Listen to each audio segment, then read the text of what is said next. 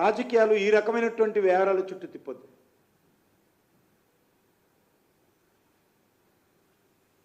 ఖచ్చితంగా ఈ రకమైనటువంటి సంఘటనలు జరిగినప్పుడు రాజకీయాలకు అతీతంగా దర్యాప్తు జరపాలి, చట్టం తన పని చేసుకోవాలి.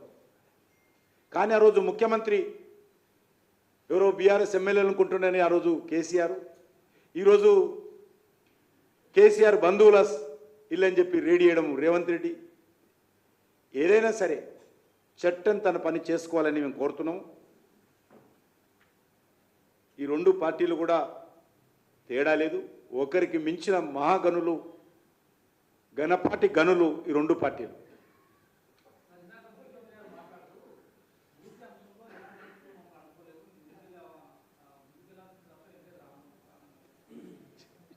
ప్రజలు అడ్డుకుంటారు, మేము ఎందుకు అడ్డుకుంటాం? ఖచ్చితంగా ప్రజలకు అండగా మేము ఉంటాం. ఈరోజు నోరు లేనటువంటి పేదవాడిని ఇల్లు కూల్స్తాను, నోరు లేనటువంటి పేదవాడిని నిరాశలు చేస్తాము, నోరు లేనటువంటి అమాయకుల మీద మా పెత్తనం చూపిస్తాము. దానికి పర్యవసానం ప్రజలే చెప్తారు. మూర్ఖంగా వ్యవహరిస్తే, పట్టింపులకు పోతే, దౌర్జన్యాలతో ముందుకెళ్తే, అధికార దుర్వినియోగం చేస్తే ప్రజలే దానికి జవాబు చెప్తారు.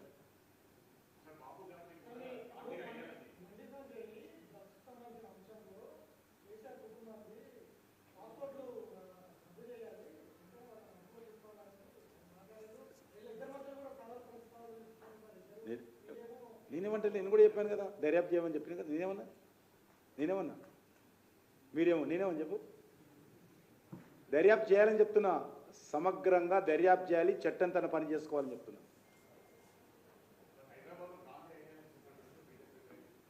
ఎడబెట్టినాయన పెట్టుమను. మీకు ఇప్పుడు ఇంతకుముందు ఎప్పుడైనా చెప్పిండా? ఇప్పుడే ఎప్పుడైనా చెప్పిండా? మీకు తెలిసిందా ఎప్పుడైనా? ఎవరైనా వ్యతిరేకించినట్టు మేము స్టేట్మెంట్ ఇచ్చామా? చెప్పాలి. మీరు ఎప్పుడైనా ఏం సెంటర్ అది? ఐడియాలజీ ఎవరు వద్దన్నారు అంటున్నా. అరే ఇప్పుడు ఈ రాష్ట్రంలో ఊహాజనితంగా స్టేట్మెంట్లు ఇవ్వడం అలవాటు అయిపోయింది, పనికిరాని కామెంట్ చేయడం అలవాటు అయిపోయింది. ఆయన ఎప్పుడైనా కడతానన్నాడా? పోనీ. నెంబర్ 1. ఆయన కడతామన్నప్పుడు మేము ఏమైనా వ్యతిరేకించినప్పుడు ఎవరైనా మా పార్టీలో ఓ సాధారణ కార్యకర్తనే చెప్పిండా? నేను పోని పక్కకి ఎవరైనా చెప్పిర్రా? ఊరికనే గాలి మాటలు మాట్లాడితే దానికి ఏం చేస్తుంది చెప్పు? ఇంకా పెద్ద కట్టే తప్పేముంది, మంచిదే కదా. గాంధీది మేము కూడా కట్టండి. ఎవరంటే ఎవరు వ్యతిరేకించారు? ఏమని? అవును,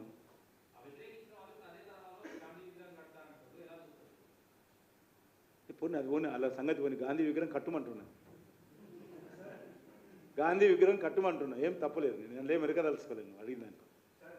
గాంధీకి సంబంధించినటువంటి స్మృతి కేంద్రాన్ని బాపుఘాట్లో అభివృద్ధి చేయాలి, నాకే రకమైన అభ్యంతరం లేదు. మేము గాంధీజీ సామ్యవాద సిద్ధాంతాన్ని మేము నమ్ముతున్నాం.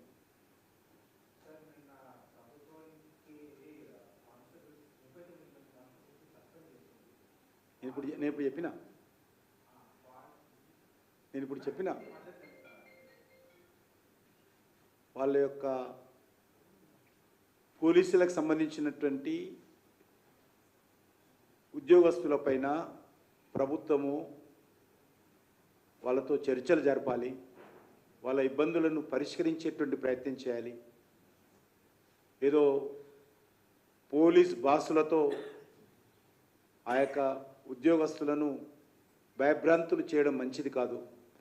కాబట్టి ఆ యొక్క సామాన్యమైనటువంటి పేద కుటుంబాల నుంచి వచ్చినటువంటి వాళ్ళు ఈరోజు పోలీస్ కానిస్టేబుల్గా పనిచేస్తారు, middle class, lower middle class families. కాబట్టి ఖచ్చితంగా ఆ రకమైనటువంటి కింది స్థాయి పోలీసు ఉద్యోగస్తుల యొక్క సమస్యల పరిష్కారం కోసం ప్రభుత్వము వాళ్ళతో చర్చలు జరపాలి, సామరస్యకంగా వాళ్ళకు న్యాయం చేయాలి తప్ప కక్ష సాధింపు చర్యలు చేసి వాళ్ళని సస్పెండ్ చేసి వాళ్ళని వేధించకూడదు అనేది భారతీయ జనతా పార్టీ పాలసీ. ఏం చేసినాము? ఏం చేసినాము? ఏంటి శిఖండి రాజకీయాలు? ఈ రాష్ట్రంలో ఎవరైనా శిఖండి ఉన్నారంటే ఆయన కేటీఆర్ ఒకడే ఉన్నాడు. ఫస్ట్ శిఖండి ఎవరైనా ఉన్నారంటే రాష్ట్రంలో ఆయన ఒక్కడే. టీఆర్ఎస్ పార్టీ కూడా ఆయననే శిఖండి, కాంగ్రెస్ పార్టీ కూడా ఆయననే శిఖండి,